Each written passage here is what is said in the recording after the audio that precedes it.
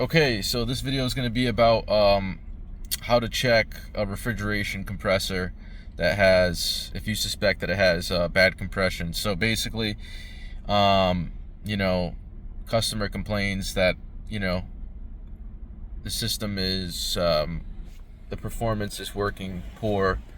It's not getting down to temp. You have a freezer, it's sitting at 20 and it won't budge. You have a cooler, it's not getting down below 42. And you've done everything. You've cleaned the condenser, it's got a full charge. You got a chilled water system, it's just not pulling down to temp, anything. So if you want to test for compression, if you suspect you have bad compression, you're gonna want to do two things: front seat your liquid receiver, see how long the system takes to pump down, if it even pumps down at all. The second thing you want to do is front seat your suction service valve if you have one, and you want to see if that compressor can pump into a slight vacuum. So pretty much those two things right there will tell you if you have a bad compressor or bad valves or poor compression. The third thing is you're just going to want to check your saturation temperatures. So for example, on a freezer, if you got a 20-degree box and your saturation temperature is like -2 or 0 or even 5 degrees when you suspect that it should be at -10, that's an indicator. It's not always, I wouldn't go by pressure alone. You have to test it in those other two ways I explained. But that will be another red flag, is higher than normal suction pressure. So check your suction saturation and see if it's a little bit, it won't be like super high. A lot of times it'll just be slightly above what it should be. So if it's a walk-in cooler, it's supposed to be at 25-degree saturation, right? So you might see 30 or something, or 28. And it appears to be pressure-wise like normal. You look at the pressure, you say, hey, these pressures aren't too bad. But you front seat the service valve, the liquid receiver service valve, you front seat the suction service valve, and you find out you have poor compression. So it all stems from the main complaint in the beginning, which is poor performance by the customer. All right, so we're basically gonna double check our diagnosis here. So this thing's been running all night, and our suction pressure is it's about 26, which is a -6, which is not too bad. So we're gonna pump this thing down. Let's see if it pumps down.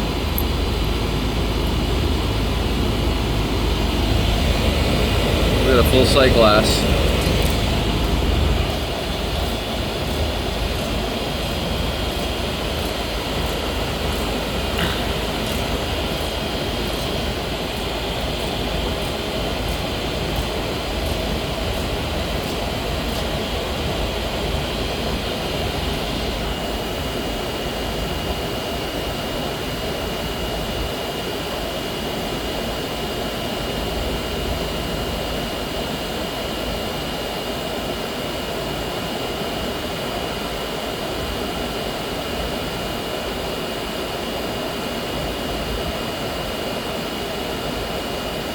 All right, starting to pump down a little bit.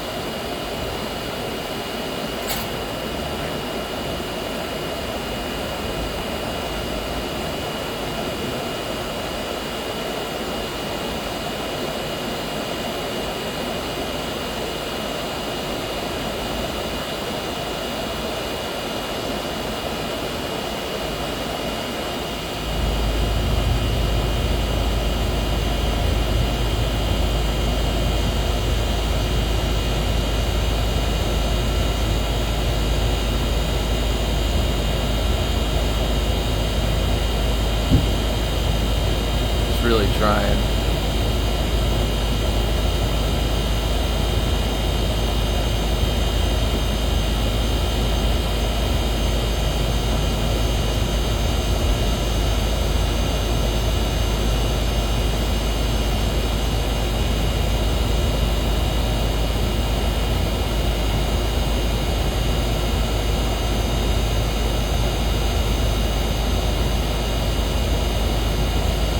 it's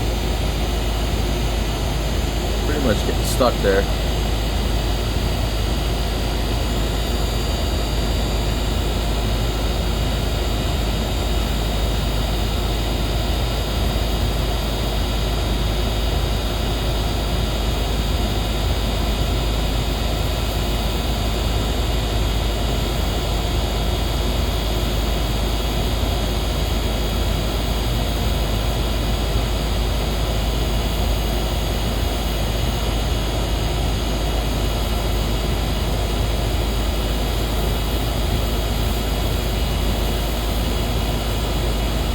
It just doesn't want to pump down.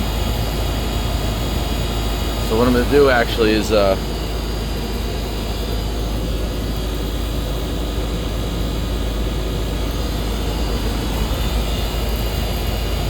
it just doesn't want to pump down.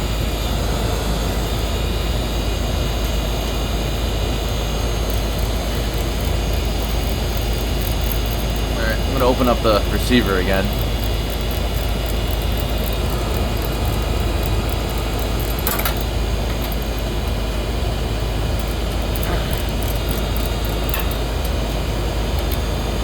Now we're gonna shut this down.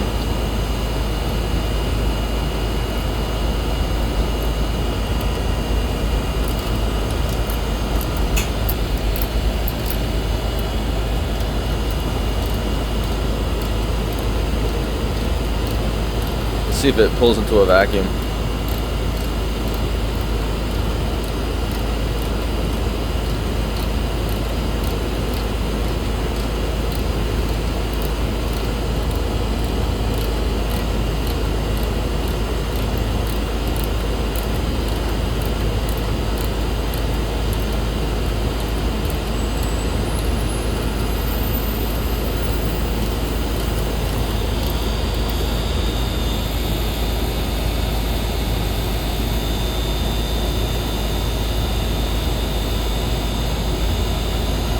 So I got this shut. I got the suction line shut, and it's just reading pressure from the suction side.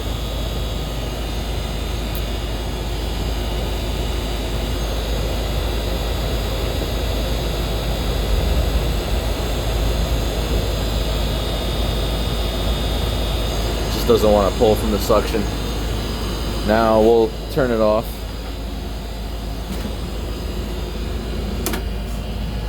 Let's see if it holds.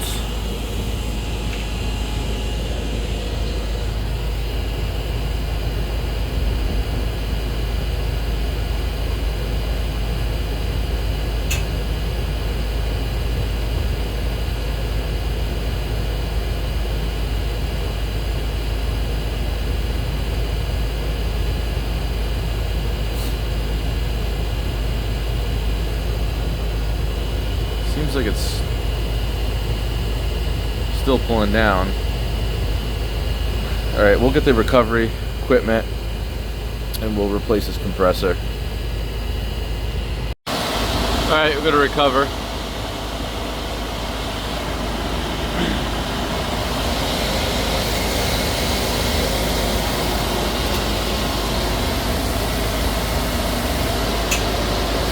We're gonna move this liquid line solenoid vertically.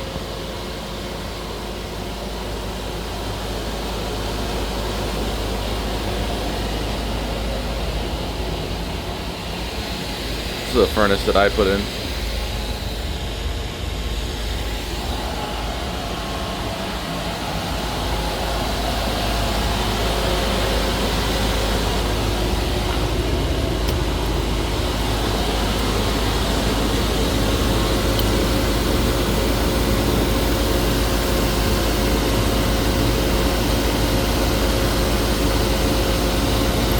It's better.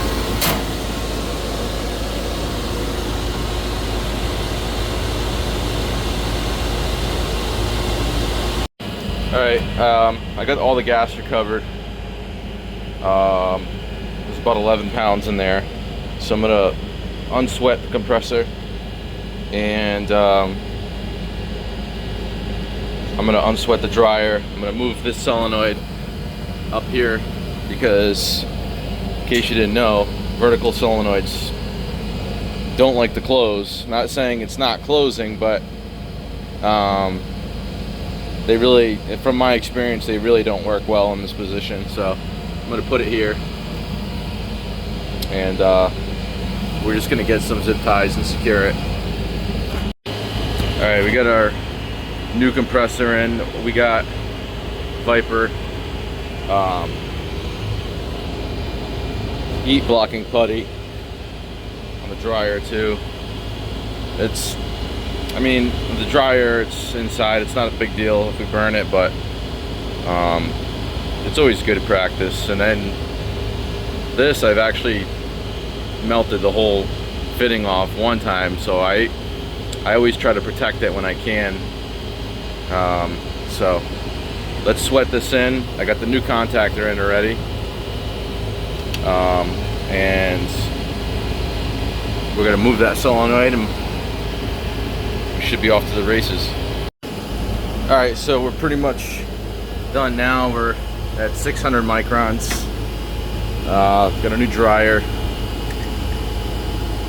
Pressure test was good. Defrost clock, I checked it yesterday.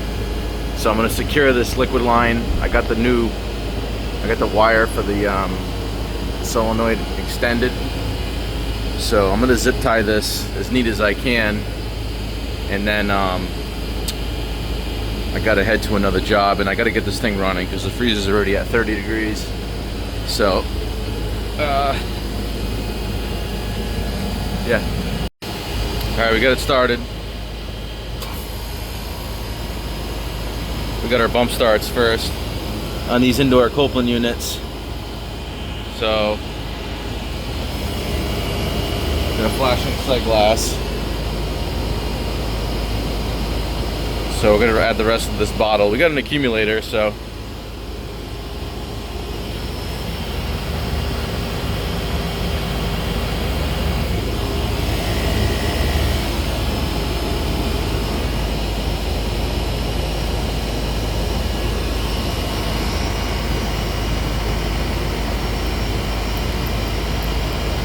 test our pump down on this one.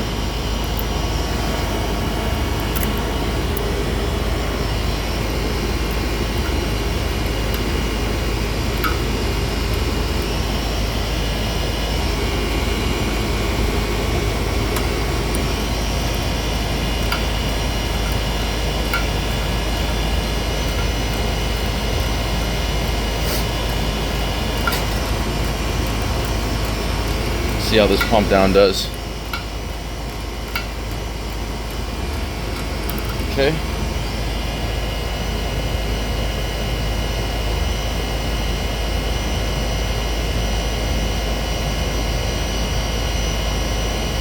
I can already see it's moving faster.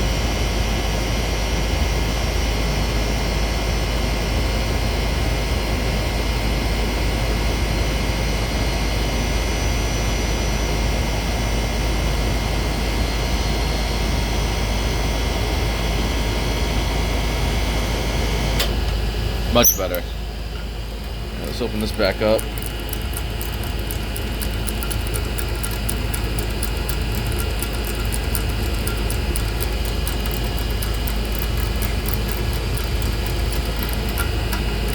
All right, let's get a little more refrigerant.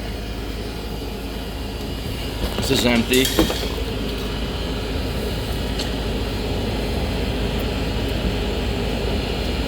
All right, I gotta get another bottle out of the truck. All right, so we got about 5 pounds in it so far. So we're gonna start adding, filling up this sight glass.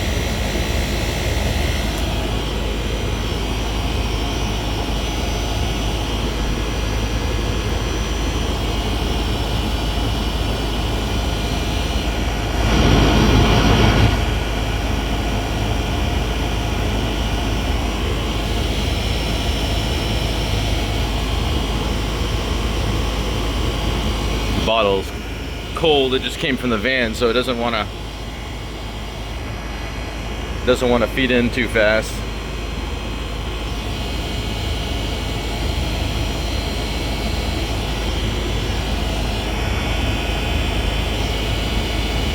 Alright, we got about a pound in it.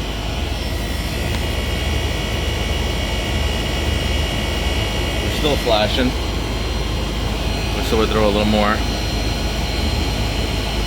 Gotta fill up this receiver just a little bit.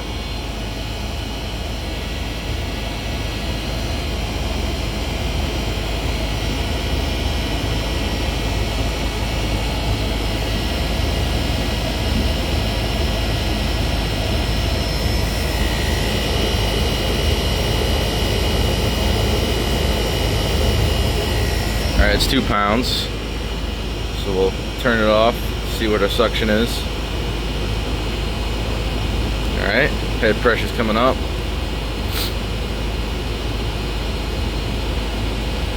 Alright.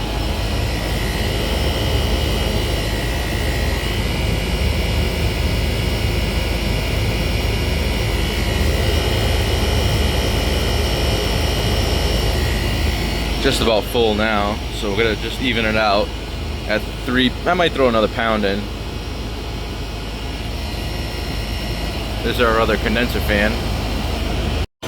Alright, so I'm back from my other job. It's been a couple hours. Our box was at like 20. We're now down to below 10 degrees. Our low pressure now is at a saturation of -8. We're at 24 psi. I didn't change the expansion valve. I know it's a good idea to change the expansion valve whenever you replace a compressor. But everything's looking pretty good. So we confirmed that the unit pumps down. The defrost clock is moving. And let me just go over the original diagnosis. Is that the compressor had poor compression or bad compression. So it can be tricky on a freezer when it happens, because your freezer will be working. You just struggle to keep the food frozen. Basically what happens when the compression or the valves get worn out, and well, this is a scroll compressor, so with the old compressor what was happening was we're losing capacity because we're getting discharge gas going back into the suction, and what will happen is, number one, your unit just won't pump down. So you just try to pump it down by the receiver or by the liquid line solenoid, and it just doesn't pump down. That's number one. Number two is you know, you're not getting the temperature that you want, and you'll actually hear the compressor sounds different. It doesn't sound the same. So yeah, that's worn out valves on a compressor. But yeah, the main, if you suspect that you have poor compression, you gotta try to pump down the compressor. I mean, if it's taken a real long time to get that suction pressure down, then you have poor compression. Alright, just as a test, we're going to front seat this suction service valve and see how fast this compressor can pump. So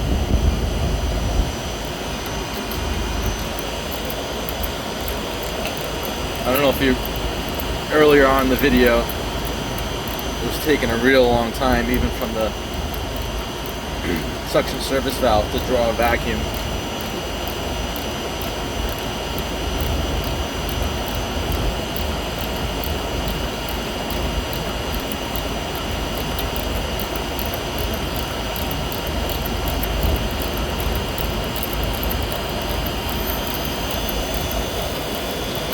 You can see it like right there, boom. There we go. You don't want to really do that. It can for too long, it could damage the compressor. So that's bad valves.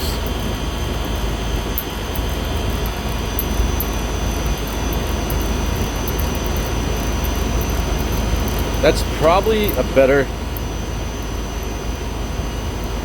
That's a better test doing that than actually doing a pump down test. Is front seating this, closing off this line. You're reading pressure from the accumulator or from the suction line in the compressor. It should be able to draw in a vacuum like pretty quick. If it's not, whether you have a semi-hermetic or a scroll, you have poor compression. So that's it.